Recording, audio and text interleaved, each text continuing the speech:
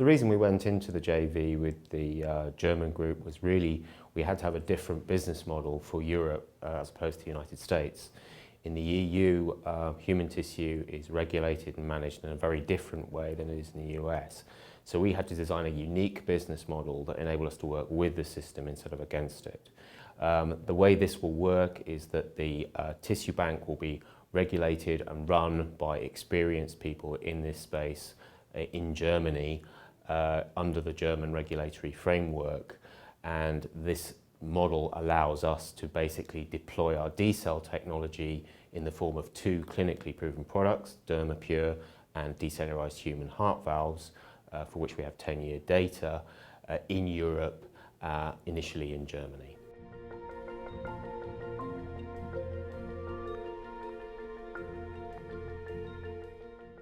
The EU market for advanced wound care is around 2 billion euros. The largest market in this area is Germany. The market for heart valves is around €1 billion and is dominated by minimally invasive heart valves. Typically the competition in the heart valve space is Edwards Lifesciences, Medtronic and St. Jude Medical.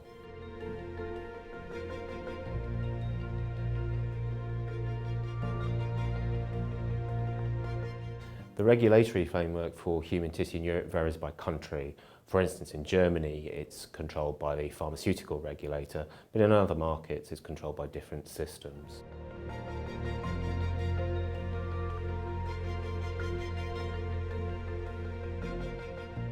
Tissue Regenix benefits from this deal enormously. The first thing is really we are granting our first license for our D-cell human heart valve technology, which has 10 years of clinical data behind it and has been shown in peer-reviewed publications to be superior to cryopreserved tissue heart valves. Secondly, DermaPure, which has shown extraordinary success in the United States, will also be made available to the European market through this JV. And again, an important clinically proven technology developed using the D-cell core. In terms of the heart valve space, it's particularly important as it's our first license in this area. This is a very important demonstration to the cardiology clinical community that the technology has come of age, if you like, and is an important first step to the deployment of additional D-cell technologies in this key space.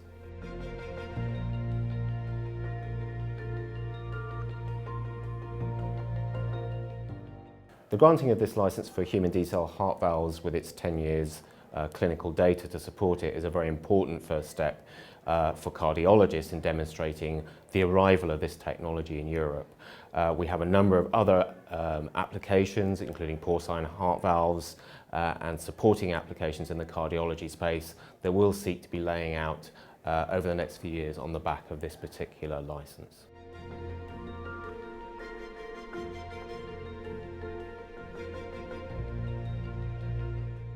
Tissue Regenix intends to use this model over a number of different scenarios in different parts of the world.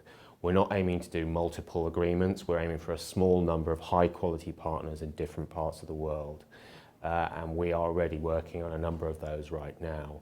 So this model in various forms will be used again to work with the regulatory systems of those markets and again allow us to deploy the D-cell technology and in particular these two proven technologies in various markets. That's a very important step for us as a company because it begins to deploy D-cell as a global brand and it exposes the clinical community and patients to the power of the D-cell platform.